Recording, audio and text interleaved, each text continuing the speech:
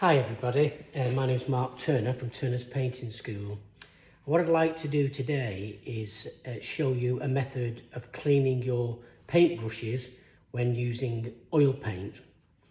Now, obviously, when you're using oil paint, you normally use something like linseed oil or an alkyd medium to help you with the flow of the paint. And what happens is the brush gets a build-up of paint in there.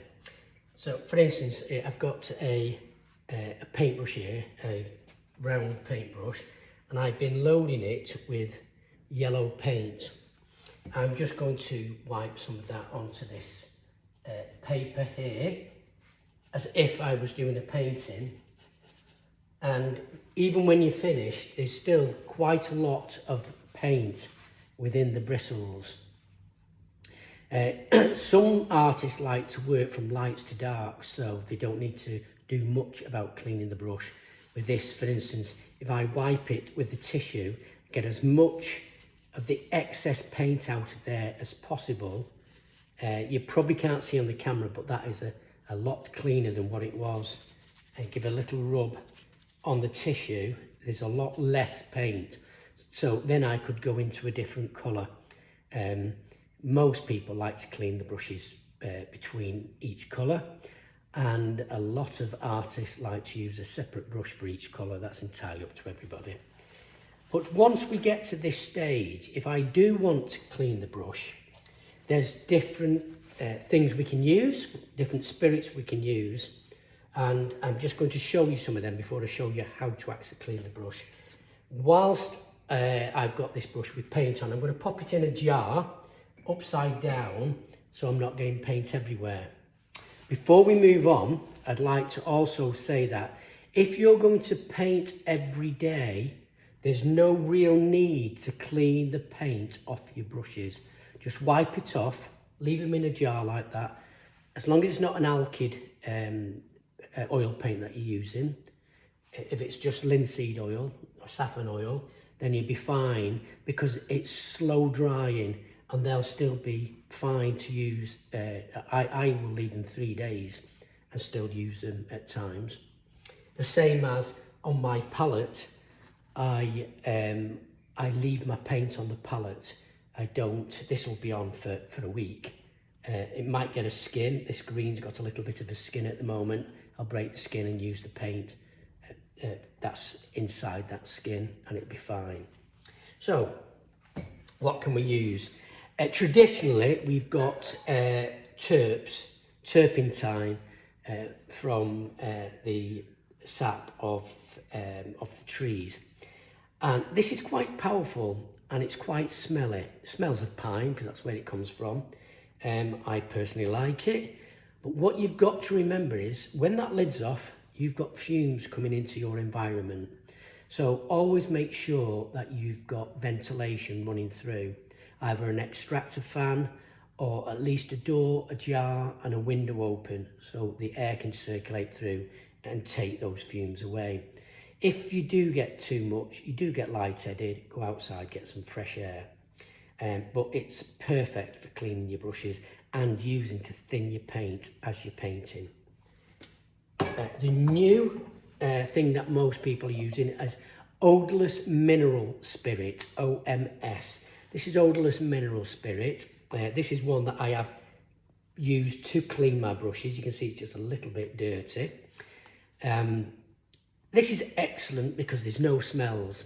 So within your environment, you're not going to have any vapours that you can smell. My concern is there is still vapours. So I would advise strongly, if you're going to use an OMS, make sure that you've got ventilation running through. Bob Ross used to like to slap his brush on his easel and laugh about it. But if you could video that in slow motion, you'd find that lots and lots of different vapours were coming up all into the air and he was breathing them in, and it's still not good for you. So don't slap your brush on the easel. I'll show you how to clean it in a moment. You've also got turpentine substitutes. These are quite good. They don't smell as much as the Terps, but they have got a smell to them. If I buy it from certain companies, I don't like the smell of them, and I find some of the substitutes don't work very well. They're quite soapy, but they just don't work very well. So you'll have to try different ones to find out what's best for you and what suits removing the paint from your brushes. Alternative to that, you've got paint thinners. Be very, very careful with paint thinners. They can be very, very strong. They can damage your brushes, they can damage your paintings. So just stick with the normal formulas from art shops is the best rather than the DIY shops. And keep away from really, really strong paint strippers and paint thinners. That's the stuff that takes the paint off. The stuff that we use, like linseed oil, to help thin our paint when we're using it, is also very good at taking the paint off your brush. And I'll show you that in a second. So I've loaded a couple of brushes here. I've just loaded one with blue paint. And again, what I'm going to do is I'm just going to wipe the excess off. I always wipe the excess off as much as I can. And then I have a tin with my spirit in. When I've finished with this at the end of the day, it will be dirty. What I do is I tip it into another tin, and my students, I tip them all into another tin. I put a lid on it and I let it settle. I then tip it into a jar so you can see how dirty it gets.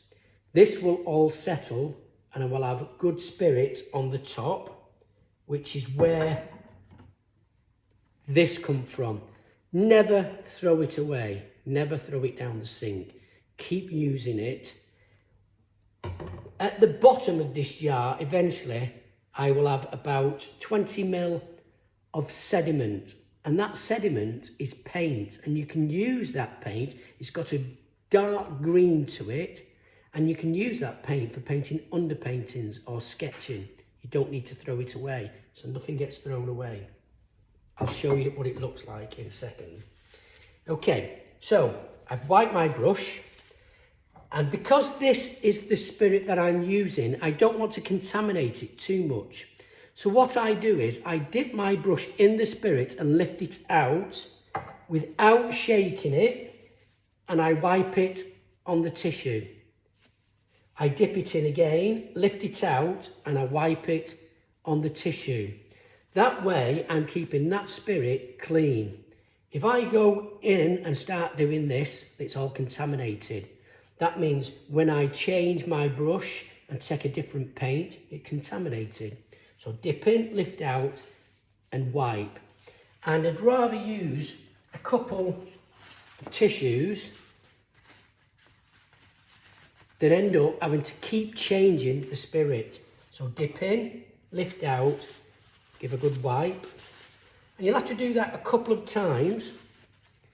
And it's a bit like it's quite fierce, you know, the spirit, but you can see now, if I wipe on this clean part of the tissue, there's nothing coming out of that. I can also dip that into my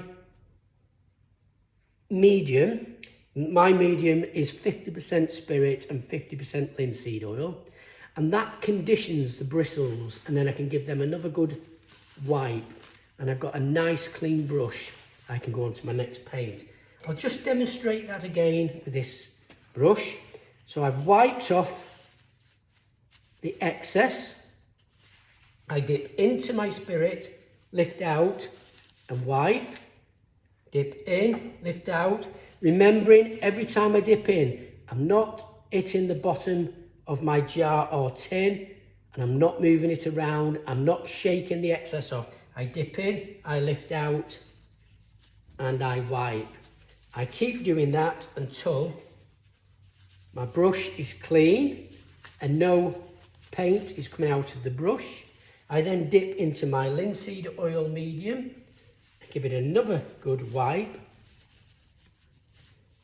and that's my brush, nice and clean. Now, at the end of the day, when I've done that, I will also wash the brushes.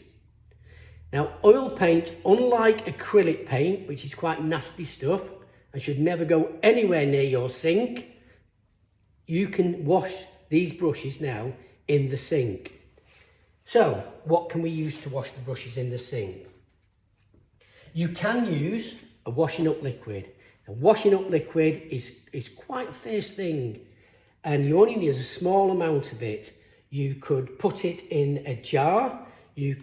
So I could drop that into the bottom of this jar. I'll just show you.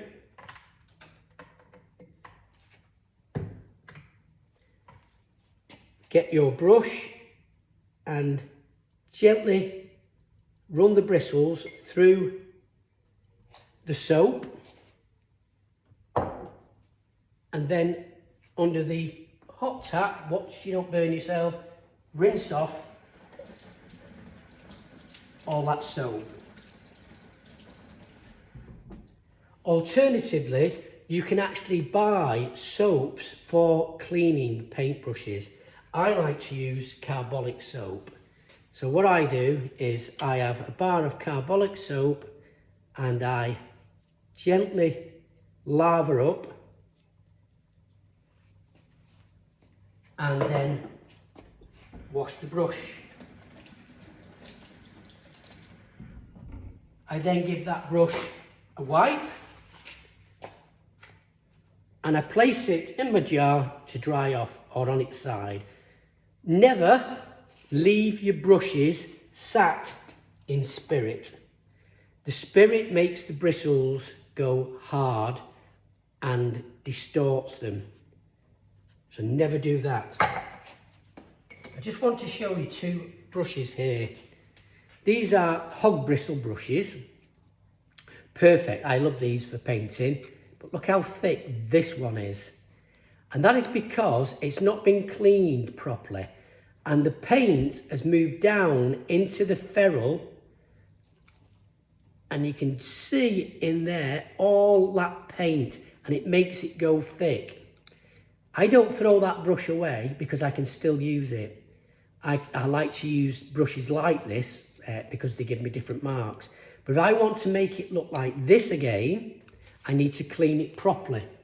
So I would go through the process, unlike dipping in and wiping because I'm using, I don't want to contaminate my spirit. I will get this in and give it a good old thrunging into the spirit and really give it a wriggle around because I want to loosen all the paint off.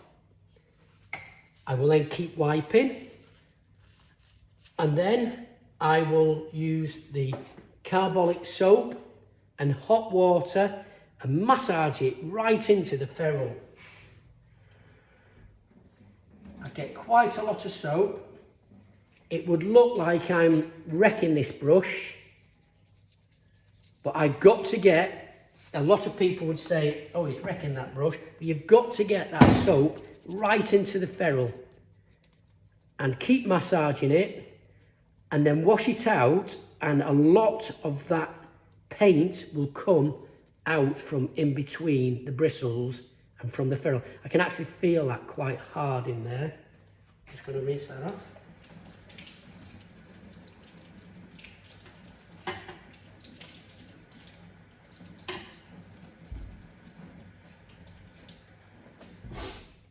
I can already see when I'm taking that out some of the old colour coming out of that. Now it's not perfect yet, but it's getting there.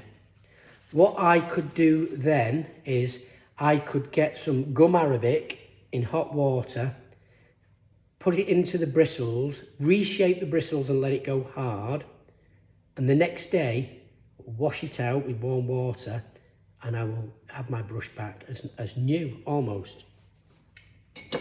Okay. When we've finished, the tissues go in the bin to landfill. The spirit, so this is my clean spirit that I've been using today and cleaning my brushes in. I'll pour it into this jar so you can see. Bear with, I get the clean jar.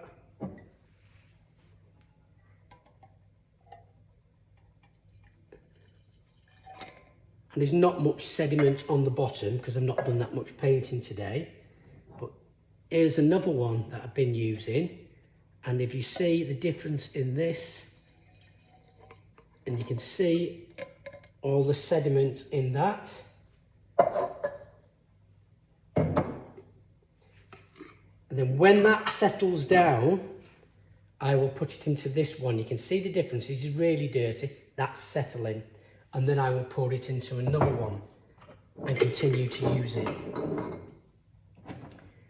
The linseed oil, I'll put a cap on and I'll leave it in this jar, or I'll redecant it if I'm not going to use it for a few days because it skins over. And that's all you need to know about cleaning your brushes. Thanks very much for listening, and I hope you come back and learn something new over the year. Take care and goodbye now.